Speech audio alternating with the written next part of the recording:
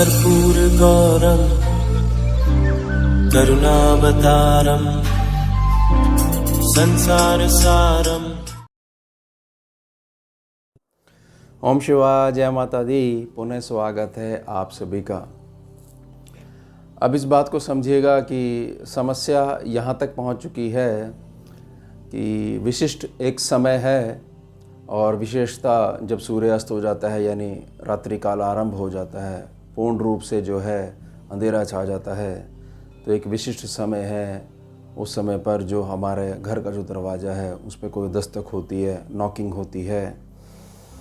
पहले हमें ऐसा लगता था कि कोई आस पड़ोस का कोई बच्चा है, वो शरारत करता होगा या कोई वैसे ही परेशान करने के लिए, डिस्टर्ब करने के लिए ऐसे करता होगा।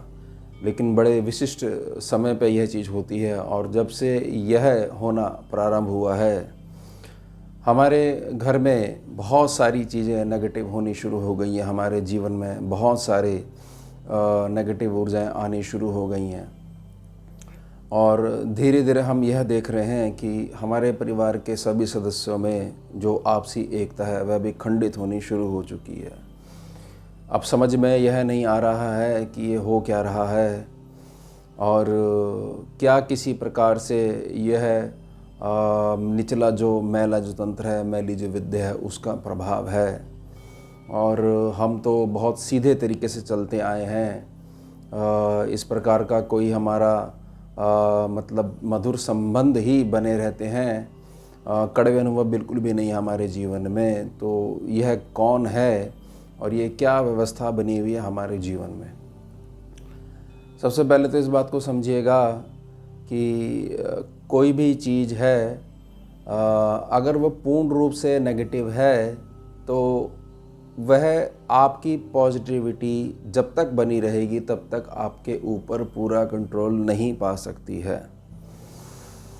जैसे कि आप ये महसूस कर रहे हो कि जब से ये हरकत होनी शुरू हुई है, धीरे धीरे हमारे घर की जो बरकत है, समृद्धि है, आंतरिक जो प्रसन्नता है, सभी सदस्यों की आपसी प्रेम है, एकता है, वह खंडित होनी शुरू हो चुकी है।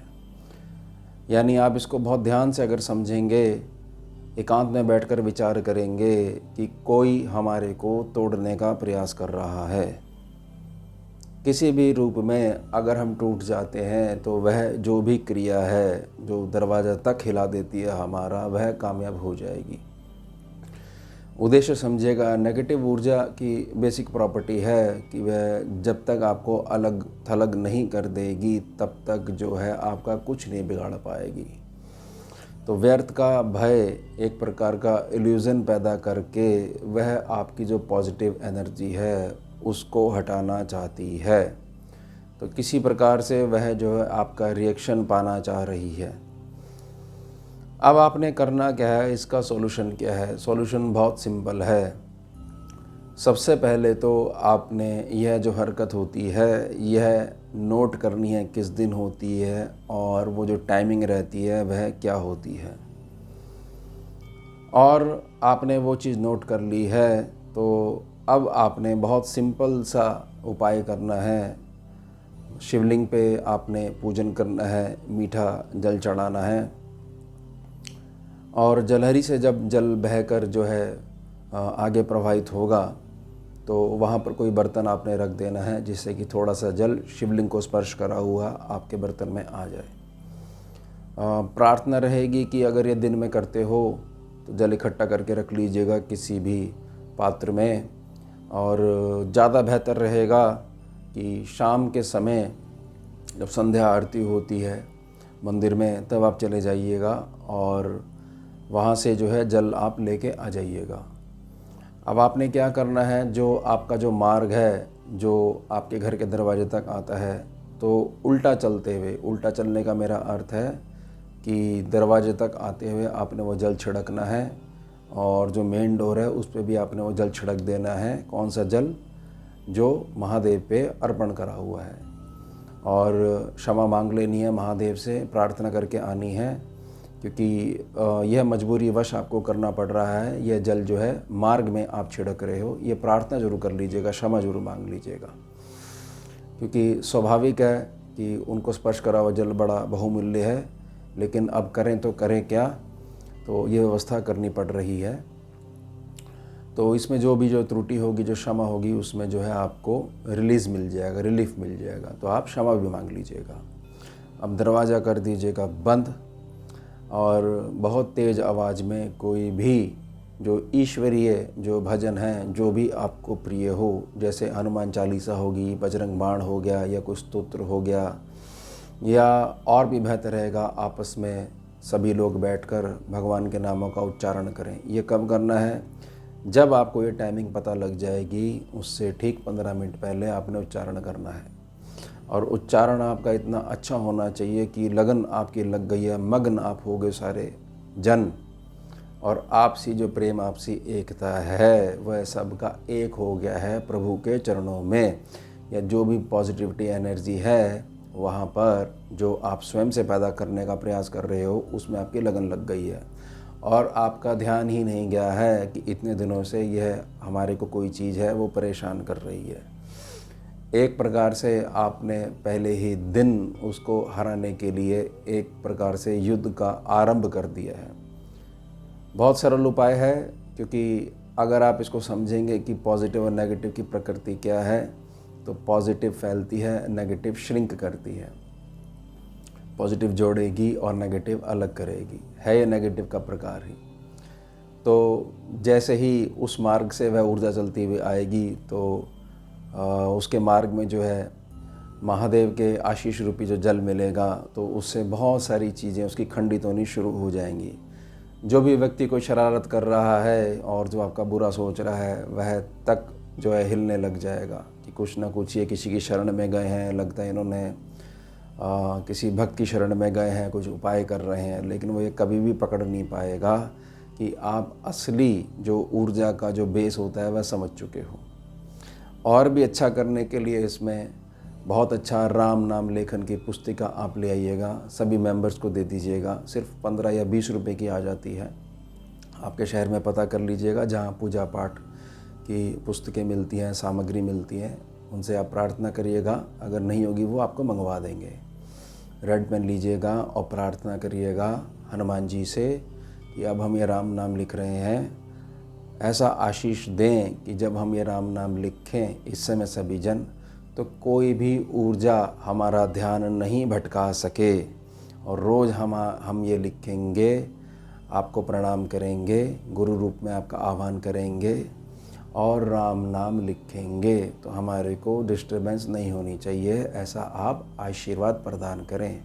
बहुत मधुरता के साथ, प्रसन्नता के साथ हम जो है राम नाम लिखें और नित्य सभी लोग ऐसे ही प्रेम से रहें रामचंद्र जी के आशीर्वाद से। ये प्रार्थना जरूर कर दीजिएगा संकल्प में। तो अब हुआ क्या, यहाँ पर आपने ये देखा कि जो मार्ग है जो दरवाजे तक होते हुए आ रहा है, और इतनी हिम्मत है उस ऊर्जा की जो दरवाजे का आपका स्पर्श कर देती है, और आपने छींटा मार दिया है।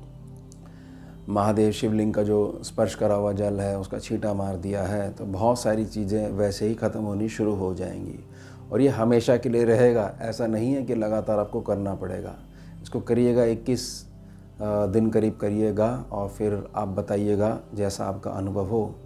उसके पश्चात भजन लगा लेंगे, और आपको तो थोड़ा सा तेज़ आवाज़ में लगा लीजिएगा, और आपको तो इस बात की फ़िक्र ही नहीं रहेगी कि हो क्या रहा है। स्वाभाविक है, रात्रि के समय कोई मिलने भी नहीं आएगा, कोई गेस्ट भी नहीं है, होगा कुछ होगा, तो धीरे धीरे आपका ध्यान आपने हटाना है। आपका ध्यान हटता जाएगा, अटेंशन उसको नहीं मिलेगी, तो वैसे ही वो श्रिंक होना शुरू हो जाएगी एनर्जी, और धीरे धीरे उसका अस्तित्व जो है वो न्यूट्रल हो जाएगा। वो जहाँ से आई है, जिस तरीके से आई है, वहाँ पर उल्टा चली जाएगी। तो यह है बहुत सरल विधि। अब इसमें आपने यह समझा कि ये चुनने का अधिकार हमारे पास है।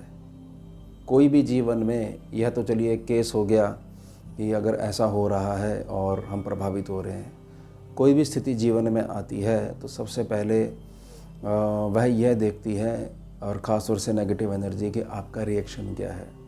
अगर आपका रिएक्शन ऐसा है कि ये तो बहुत बड़ी ताकत है और ये सब कुछ मेरा छीन के ले जाएगी, तो आप उसको अनजाने में वोट दिए जा रहे हैं और उसकी सरकार बने जा रही है।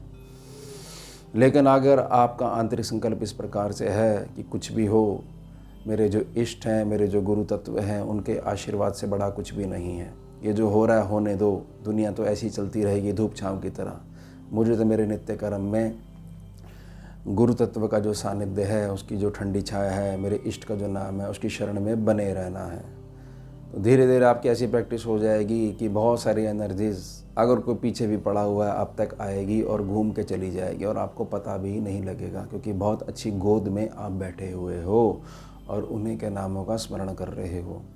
धीरे धीरे आपने क्या करा, अपनी आस्था से, श्रद्धा से, विश्वास से जो पॉजिटिव एनर्जी है उसको बहुत ज़्यादा बड़ा कर लिया। अब बहुत ज़्यादा बड़ा कर लिया तो वो चारों ओर फैलने लग गई है। परिवार के सभी सदस्यों की, चाहे वो दिन भर कहीं भी घूमें, किसी जगह भी चले जाएं, वहाँ पर उनका भी संरक्षण कर रही है। आपके घर को भी एक सुरक्षा कवच प्रदान कर रही है। और बहुत सारी नेगेटिविटी जो प्रारब्ध वश जो आप भोग रहे हो उसमें भी आपको बहुत ज़्यादा आशीर्वाद प्रदान कर रही है। अब यह हमेशा ध्यान रखिएगा कि जो आपका रिएक्शन है वह आपकी ताकत है। ज़िंदगी में कभी भी कोई भी चीज़ नेगेटिव उत्पन्न होती है तो इस बात की कंप्लेंट मत करा करो कि क्यों हो रही है। यह करा करो कि ये तो महादेव की संसार है, यहाँ तो सब चीज़ें होती रहती हैं। हमें यह देखना है कि हम किस मार्ग का अनुसरण करते आ रहे हैं। बस यह चीज़ करने लग जाओगे तो बहुत सारी चीज़ों की स्वयं सिद्धि आपके शरीर में उत्पन्न होने लग जाएगी, आपके गुरु तत्व और इष्ट के आशीर्वाद से। ध्यान रखिएगा। और उसके बाद जो स्कैनिंग का पैनल है, अगर बहुत ज़्यादा दिक्कत हो रही है तो स्कैनिंग के पैनल पे एनर्जी डाली जाएगी और फिर कंक्लूज़न निकाला जाएगा कि एक्चुअल में ये हो क्या रहा है। ये घटना का ए से जेड इन्फॉर्मेशन जो है वो आपको दे दी जाएगी। तो ये हो गया हमारा वर्तमान विषय। अब मिलते हैं आपसे अगले भाग में नए विषय के साथ। जुड़िए और जोड़िए। ओम शिवाय। जय माता। भुजगेन्द्रहारं कर्पूरगौरं करुणावतारं